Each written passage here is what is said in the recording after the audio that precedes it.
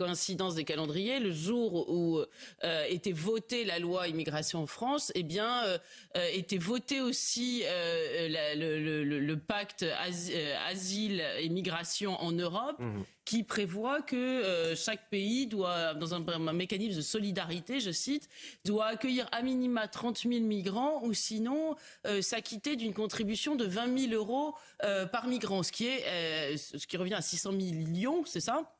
Donc, ce qui est une somme colossale. On voit bien qu'une somme absolument pas maître du phénomène migratoire, des migrations dans notre pays, et pas cette loi qui va y changer quelque chose. Mais donc, déjà, elle n'a pas un contenu incroyable, mais ensuite, elle risque d'être rabotée par le Conseil constitutionnel. Et c'est vrai que c'est très problématique sur un plan démocratique, parce que le Conseil constitutionnel s'arroge de plus en plus un domaine de compétences politiques, alors que le droit constitutionnel, c'est purement juridique, technique presque. Mais là, on voit bien qu'on est à la lisière du politique, voire qu'on a les deux pieds dedans. Et je rappelle que c'est quand même le Conseil constitutionnel, dans une matière similaire, qui, pour Cédric Herrou, vous savez, ce passeur de migrants, avait institué le principe de fraternité. Donc, ça laisse augurer de la suite. On comprend pourquoi la gauche, aujourd'hui, attend le Conseil constitutionnel comme le petit Jésus.